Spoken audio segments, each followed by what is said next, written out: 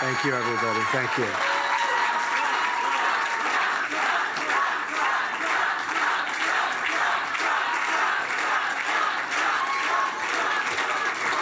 Thank you very much. Thank you.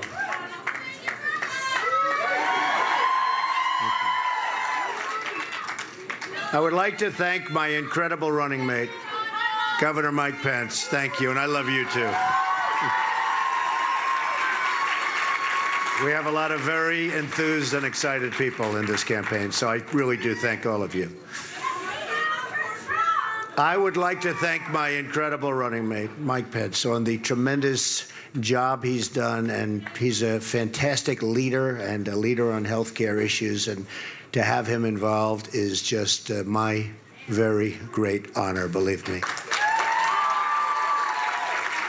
I'd also like to thank Dr. Ben Carson. Not only a great man, and I don't say that about a lot of people, but one of the toughest competitors I've ever faced.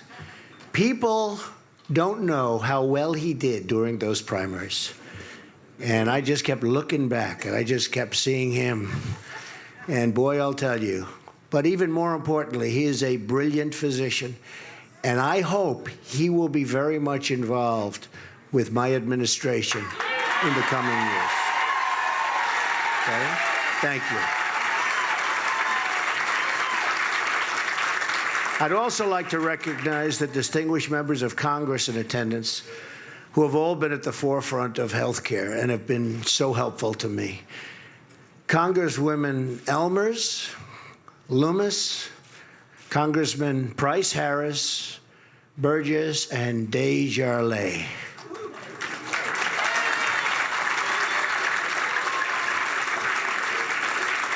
And let me give a special thanks to Senator Barrasso, a terrific doctor, a Senate leader, who did incredible work chairing our platform committee, just unbelievable work. So I want to thank you very much, Senator. Fantastic job. And been very, very loyal to what we're doing and what we represent. So thank you, Senator. When we win on November 8th,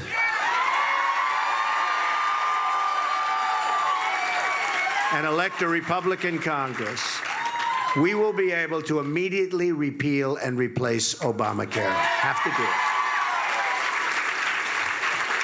I will ask Congress to convene a special session so we can repeal and replace. And it will be such an honor for me, for you, and for everybody in this country, because Obamacare has to be replaced.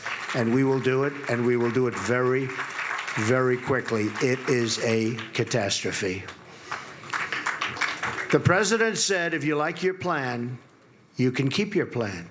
If you like your doctor, you can keep your doctor, which may go down as one of the great political lies of the century. Even the skeptical Democrats believed him and approved the legislation. There were Democrats that were very much against it, but they believed him and they approved it. No one ever read, or certainly very few people, the 2,700-page bill. To this day, nobody understands it. The Obama administration has just announced massive double-digit and triple-digit Obamacare premium hikes everywhere, all throughout the country. Here in Pennsylvania, premiums are going to increase more than 60%. And that's nothing compared to what will happen in the future. Of course, in the future, if I'm president, there won't be Obamacare, so you won't have to worry about it. That means parents won't have enough money to pay their bills or get medicine for their kids. In the great state of Arizona, a wonderful place I just left, premiums will go up even higher than 116%. Other states are going up more than 60, 70, 80, 90%. Deductibles can go to $12,000, $13,000, $14,000, even $15,000. In other words, your health care won't even be usable. You're paying all this money. You won't even get to use it. People all across the country are devastated. In many instances, their health care costs are more than their mortgage costs or their rent, which, by the way, is a first in American history. This is particularly unfair to millennials and younger Americans generally, who will be totally crushed by these massive health care costs before they even get started on their journey through life. 1/3 of the counties, think of this, 1/3 of the counties in Pennsylvania will have only a single insurance company left, if you have that. That includes Philadelphia, where I went to school. The Associated Press found that some of the 440,000 Pennsylvania consumers who buy insurance through healthcare.gov will face some of the highest premium increases in the nation. People of Philadelphia. Insurers are leaving, premiums are soaring, doctors are quitting, companies are fleeing, and deductibles go through the roof. Workers' hours are being cut, hiring is frozen, totally frozen, and wages are being slashed. Obamacare means higher prices, fewer choices, and lower quality. Yet Hillary Clinton wants to expand Obamacare and make it even more expensive. She wants to put the government totally in charge of health care in America. If we don't repeal and replace Obamacare, we will destroy American health care forever. It's one of the single most important reasons why we must win on November 8th. We must win.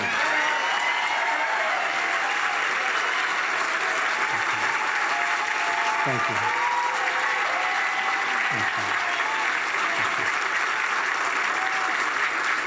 Thank you. Thank you.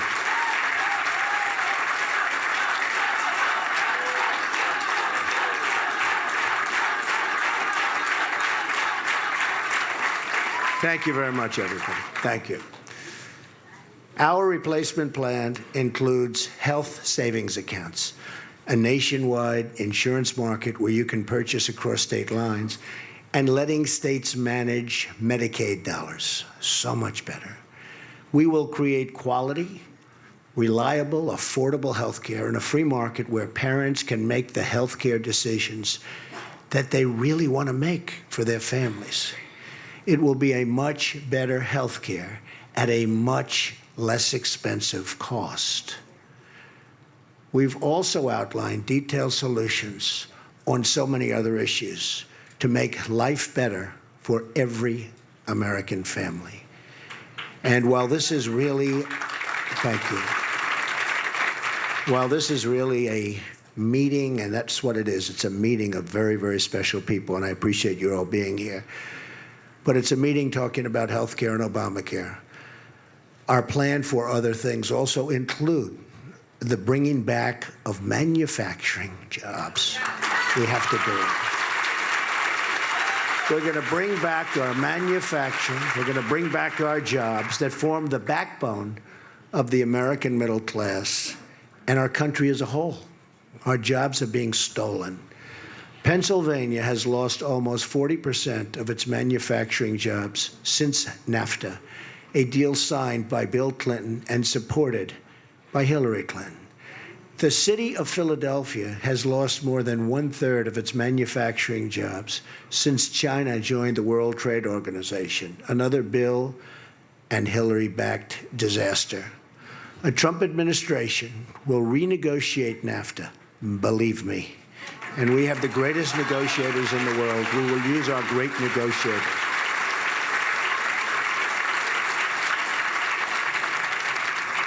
We'll have a fair deal, but we'll have a deal that goes in two directions, not one direction, right into Mexico and these other places. And stand up to foreign product dumping, currency manipulation, and unfair subsidy behavior. We are going to bring manufacturing jobs, lots of jobs, back to Pennsylvania. We're going to do it, and it won't even be difficult.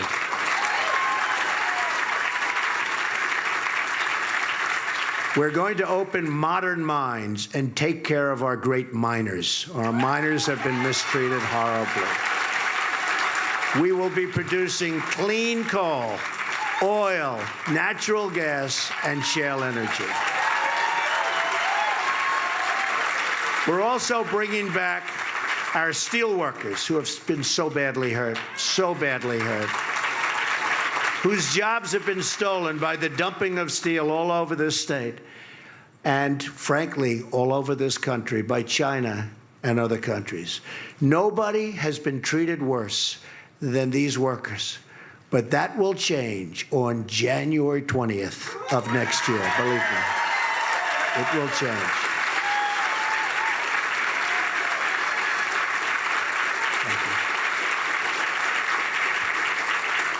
We're also going to provide the children of the state with school choice, so important. That means parents can spend and take care of their children, but they can send their kids to public school, to private, to charter, to magnet, to religious, or to homeschool.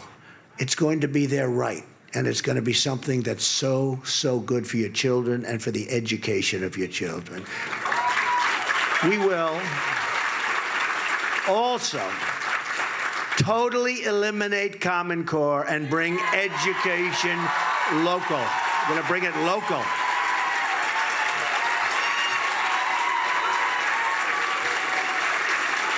Good.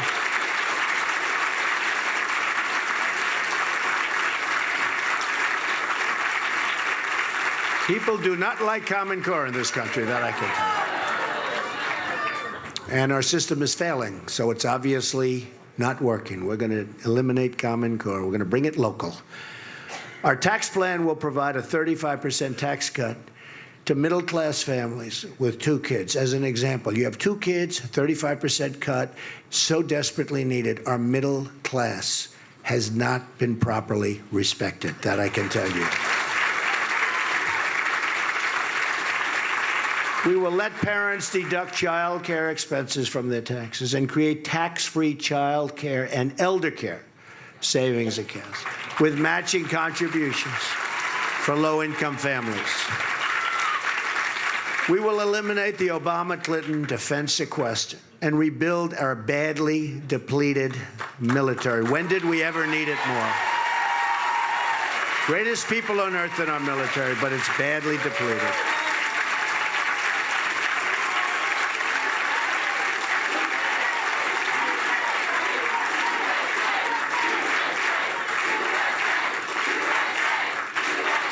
Thank you. People love this country, don't they? Isn't it beautiful, right? It's beautiful. It's a beautiful thing to watch and to see, and I see it all over the country, no matter where we go. And every time I say we are going to rebuild our depleted military, it's always the same response. It's an incredible response. Our Navy is the smallest it's been since World War I. Think of that. Smallest since World War I. And rebuilding it will require a national effort. That's why I will ask my Secretary of the Navy to review facilities like the Philadelphia Navy Yard, I know it well, with a long history of service to our Navy, proximity to vibrant private industry, and room for expansion to enlist them in the rebuilding of what will be a great fleet again.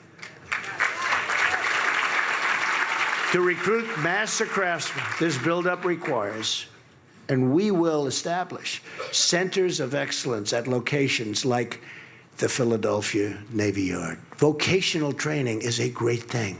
We don't do it anymore. We don't do it anymore. And I must tell you, so often in going to college, right down the road, in going to college, we'd have people that were brilliant, and we'd had other people that weren't as brilliant in that way, but were brilliant, incredible when it came to fixing a motor, when it came to fixing something that I had no idea what was happening, and other great geniuses had no idea what was happening, and they could take it apart blindfolded. And we don't do that anymore. Vocational training for our country is so, so, so important.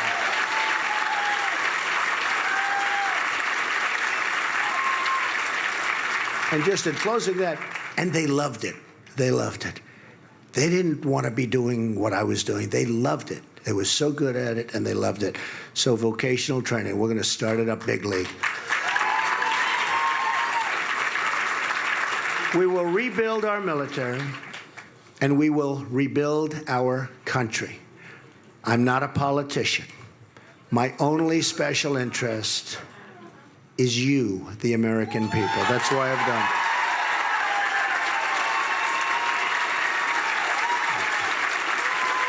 Thank you. Thank you very much. Thank you.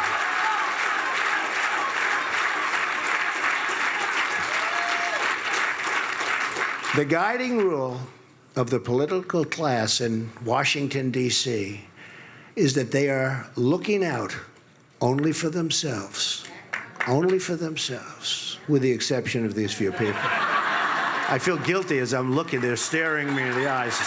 So I have to say, with these exceptions. They will say anything and do anything and cling to their power and prestige at your expense. I'm running to change and reverse decades of failure and to work with the American people to create generations of success. I'm running. Thank you.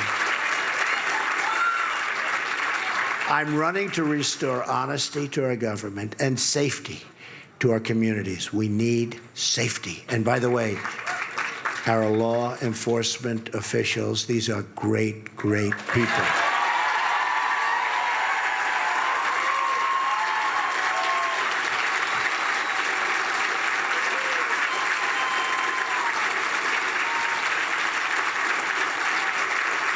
Thank you. And we are going to give great prosperity to our economy. I want to go into our poorest communities and work on a national plan of revitalization, the inner cities.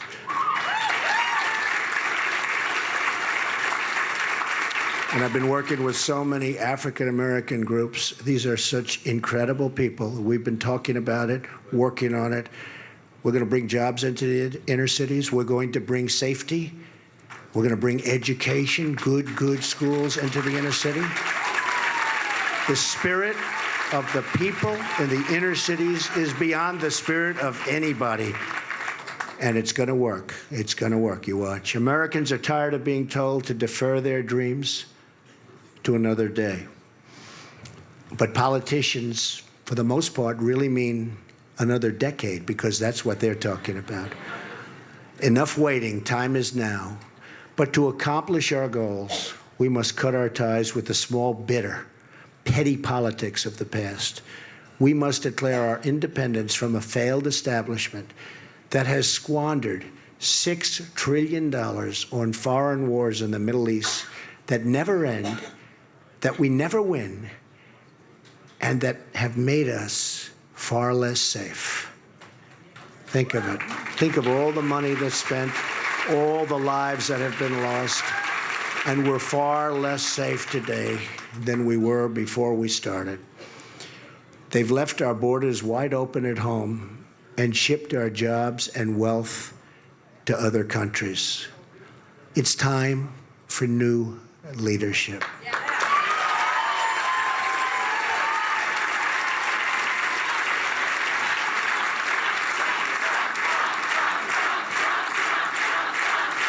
Thank you. I've led a great life, and I truly love our country. So now I want to give back to the country that's been so good to me. That's why I'm doing this.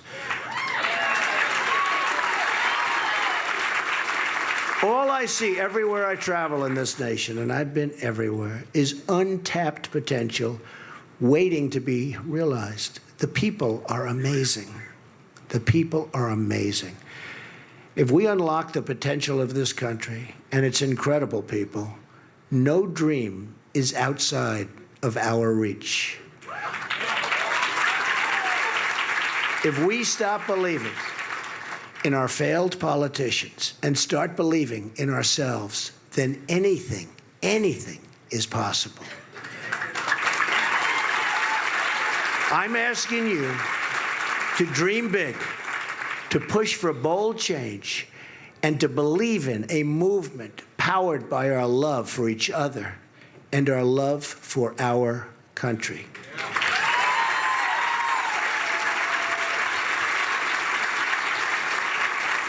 That is how we will truly make America great again. Thank you. Thank you very much. Thank you, everybody. God bless you. Thank you. Valley Forge, Pennsylvania, and Governor Mike Pence and Donald Trump on the same stage today from there. And kind of a thematic thing. We knew that they would be focusing both on Obamacare, but there were some themes that they shared together. At one point, just moments ago, Donald Trump said, "My only special interest is you, the American people." Mike Pence talked about America as one pulling together, coming together, and both voting for Donald Trump and also voting for majorities in the House and the Senate, again, for Republicans coming together.